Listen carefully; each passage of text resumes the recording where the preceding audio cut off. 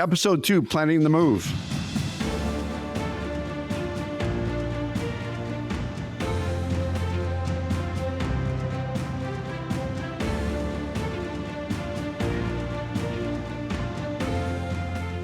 Welcome back to Militarily Speaking. I'm Tom McLean, and this is episode 2 of our PCS Survival Series. With me, our co-host, Jodi Vickery, and our guest expert, Mel Aguto.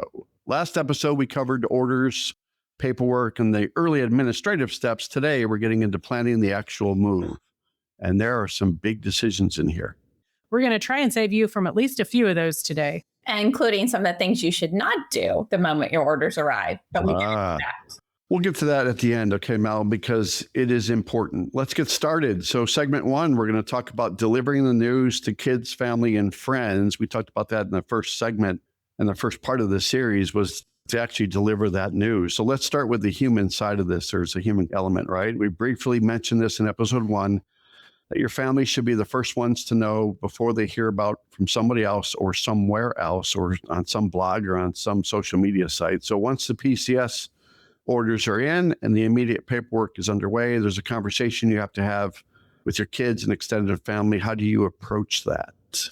Yeah, it's probably one of the harder parts of this whole process, and it doesn't really get easier. It might actually get harder the older kids get. I'm not sure. If they're in high school, you have to break that tie. I mean, that's tough, even if you're not a military family, to tell certain kids of certain ages that they're picking up and moving. The age of your child, it's going to shape how you have that conversation. If they're littles, then you're just going to need to be simple about it, some assurances.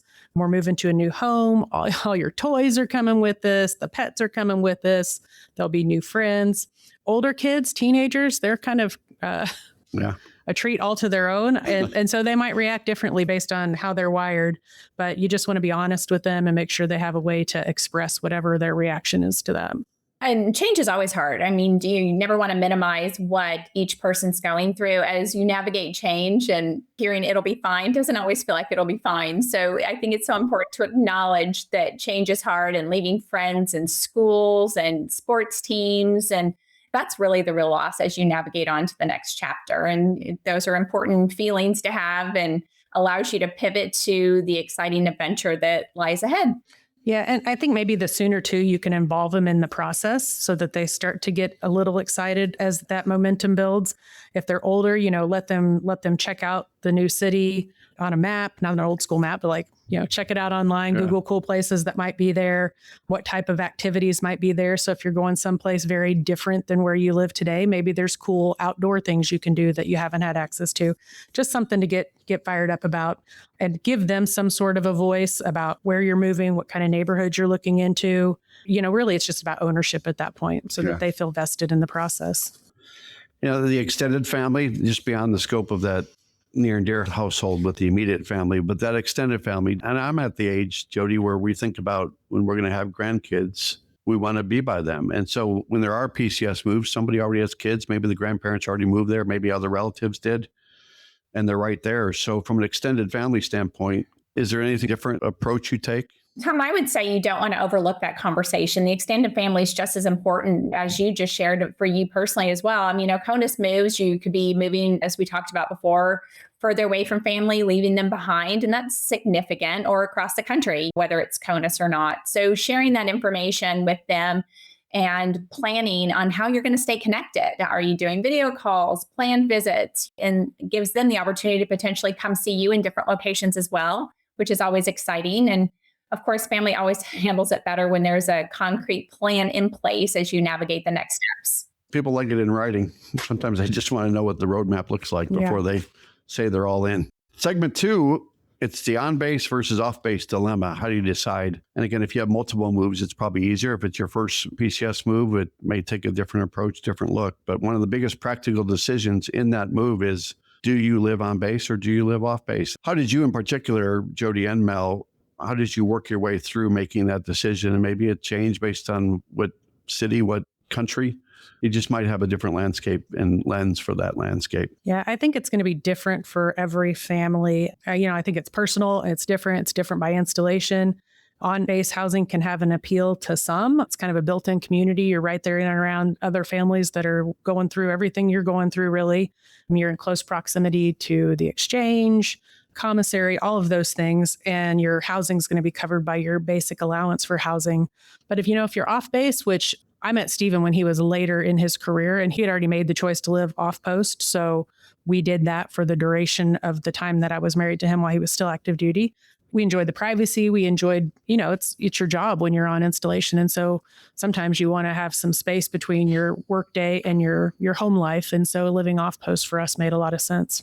And Jodi, we kind of did it actually. I'm glad you shared that opposite. There's so much, it is, as you said, so personal. You weigh, schools, commute, base amenities, family situations. It depends on the ages of your kids. Are you going to a duty station where your spouse doesn't know anyone?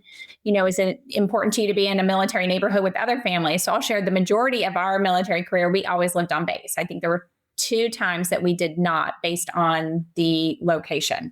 So the majority of our time was on base, but it really is. It's so personal. And the on-base housing waitlist issue that we mentioned in episode 1, does that factor in that as well? Yeah, no, it's definitely going to factor in. At some installations, that housing wait list can be 6 months to a year or more. So you really need to get on it as soon as you get your orders. So even if you want to live on installation, you might be living off base or off post while you wait. And in that case, you just need to plan for it financially because there may be a gap between what your allowance is for housing and what it will cost you to live out on the economy. Also, this is where knowing a loan officer or lender who understands the military community really. I wish we knew. Do we know one? Mel Aguto, maybe? Yeah. Well, if you're considering buying a home at your new duty station, we would be honored to help. But Call Mel. Yeah, that's a much bigger conversation. And we could do a whole episode on that. Can you make a note of that? Yes. Noted. I think we have. Yeah. Having a VA loan expert in your corner that helps navigate the process for you, understands PCS timelines is truly invaluable. And knowing how the VA loan can support you is one of the greatest financial benefits for our service members. It's underutilized, but it's such a great program. And it's one last thing to mention is, we do, as we just said, VA loans at Armed Forces Bank, and we'd love to work with you. Home buying is something you're considering on the next PCS move. There's a shameless plug again, huh? But we did a military financial readiness survey a couple of years ago. We're coming out with another one this year too, and it talked about the number of people that actually took advantage of the VA certification. And surprisingly, Mel, it was under 20%, and it maybe even closer to single digits that didn't understand the process or didn't know that they were eligible or didn't know how to activate it. So that's good stuff. Even if you want to just get some consultative advice from Mel as a dedicated VA lender for Armed Forces Bank, then reach out to her. Conveniently enough, we just did an episode with Jason Anderson, right? Convenient. From Veteran PCS. Yes. Mel knows Jason. His company is focused around helping military families move with realtors that know what PCS is all about and understands the timeline, and you can actually get money back if you move with Veteran PCS. So Jason Anderson, kudos to what you started several years ago in bringing back contributions to charitable entities, but also giving back in the form of monetary discounts for when you use Veteran PCS. So good plug for Jason. So go back and listen to that episode. Scroll back in the feed on your podcast app and find the episode, How to Get Money Back from Your PCS Move. Isn't it great how it all ties back together? Segment 3, HHG versus DITY / PPM moves. The big financial decision. It feels like there should be some sort of drum roll there too, right? The big ominous financial decision. The Jaws thing. So we finally arrived at one of the most asked about topics in military move planning. Can you explain the difference between an HHG move and a DITY move, DITY, or what's now more formally called a PPM move? And it's fast moving in the acronym world, but Jodi, what I just want you to say all that super fast. So yes, Mel and I help break that down where even you can understand it, Tom. Speak to me like I'm a 3-year-old, will you? I usually do. HHG stands for household goods. That's all your junk, right? And that's when the government arranges and pays for professional movers to come in. They pack all your stuff. They transport it to your next duty station and they deliver it to your new residence, right? And the military contracts those movers through something called the Defense Personal Property System. And a DITY move, do it yourself, or now PPM, which stands for Personally Procured Move, is when you take full responsibility for moving your own household goods. The military pays you an incentive, a percentage of what would have cost them to move you. and you potentially get to pocket anything left over after your actual moving costs. Can I interrupt here for a second? Isn't DIY do it yourself? Like if at home, It is actually it's DIY. Yeah. Maybe it Yeah. differentiates it by with the T. Okay. Yeah, I don't see DITY project at Home Depot. Can you so can you actually profit from a DITY or PPM move? Yeah, I mean, I guess you could, and that's why maybe it's appealing to some, but it really just depends on your situation. Like if you have a huge household and you haven't purged things for 1,000 years and you're not going to do it before you move, how far you're moving, whether you have time, whether you're physically even capable of doing that, all of that factors in. I mean, our last move, we did a DITY move, and if I had to have done another one, there would be no chance in anywhere that I would have done it again. It was awful. And it wasn't because of circumstances outside our control. We were just too old and it was a lot of work. Well, we failed at it as well. Jodi, both times we attempted, and that is why using a DITY or PPM move calculator is essential before you make that decision to take it on yourself. These tools allow you to estimate your government rate allowance, and if you're going to be over, calculate what you've been paid and compare against your estimated actual cost. A move estimator is available through the DTS, Defense Travel System. And there are also independent military resources that offer them as well. Definitely worth running numbers before you commit to anything, and wish you much success because we were not. So what are the risks of either one of those moves that people either don't think about or underestimate? Timing's part of it. Moving yourself can take longer, especially if you have to sit on the couch and take breaks all the time. But if something goes wrong, you kind of out of your control. Like if your U-Haul truck breaks down, your movers cancel, stuff gets damaged, it's really on you to deal with all of that, hence the name DITY move. And with a government contracted move where they're taking all of your household goods, there's a claims process where if something is damaged along the way, that you can file a claim and try to get that covered that way. So with that PPM move, that coverage is going to depend on what insurance you've elected for and arranged. And also the weight limit matters. If you exceed your weight allowance on a move, you can pay out of pocket for the overage. So knowing your weight allowance before you start loading the truck is critical. And the weight allowance is determined based on rank, dependency status, and typically ranges anywhere between 5,000 to 18,000 pounds for full moves. And the DITY calculator, again, will help you estimate all of this. So can I do some sort of hybrid? What if I want, a little bit of this, a little bit of that? Is that something that's...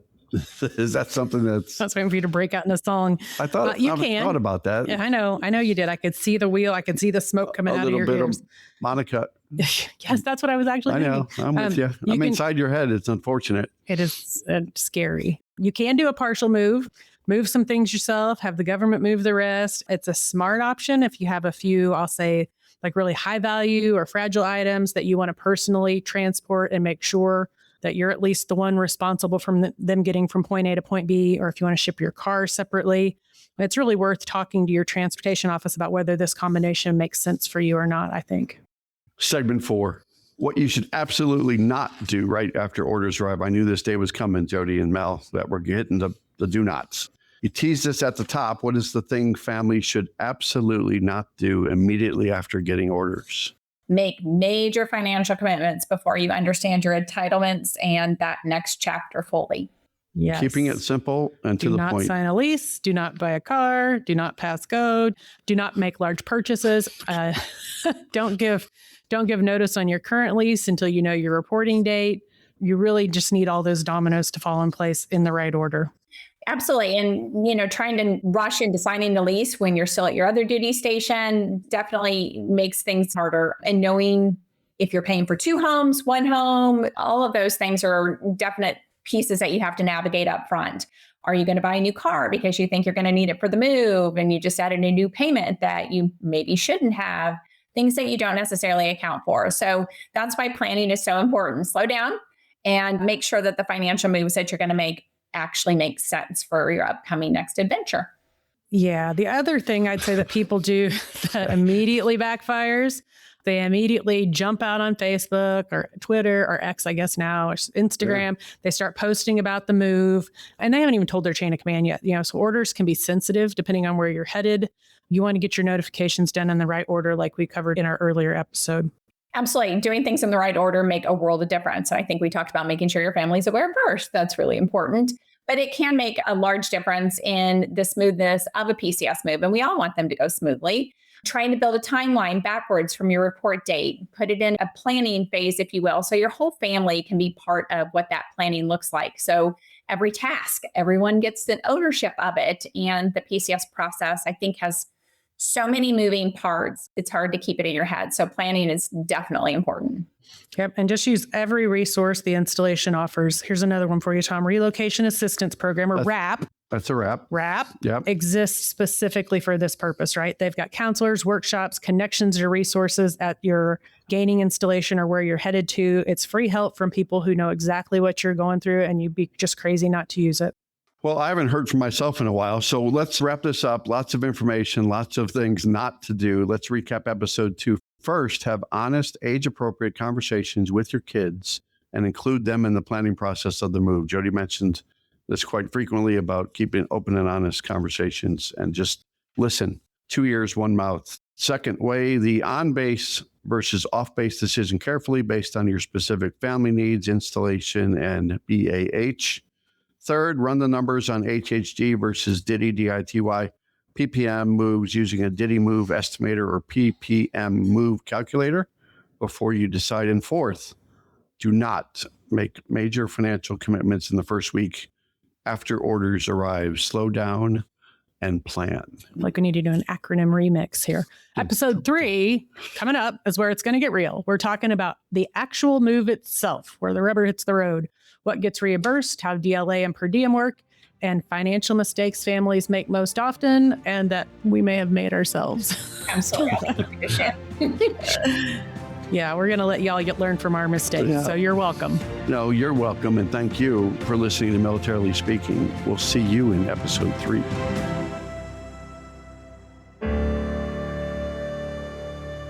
Copyright Armed Forces Bank, member FDIC, equal housing lender. All non-Armed Forces Bank owned apps, websites, company names, and product names are trademarks or registered trademarks of their respective owners. Their mention does not imply any affiliation with or endorsement by Armed Forces Bank of them or their products and services. They are merely used as examples of the many available apps, companies, and websites that offer similar services. Before using any app or website, you should carefully review the terms of use, data collection, and privacy policy. Apps may have an initial cost or in-application purchase features. This information is general in nature and is not intended to be legal, tax, or financial advice. Although Armed Forces Bank believes this information to be accurate, it cannot ensure that it could change. Statements or opinions of individuals referenced herein are their own, not Armed Forces Bank. Consult an appropriate professional concerning your specific situation and respective governing bodies for applicable laws, such as IRS.gov for current tax law. Armed Forces Bank, the Armed Forces Bank logo, and the Militarily Speaking logo are registered trademarks of Armed Forces Bank.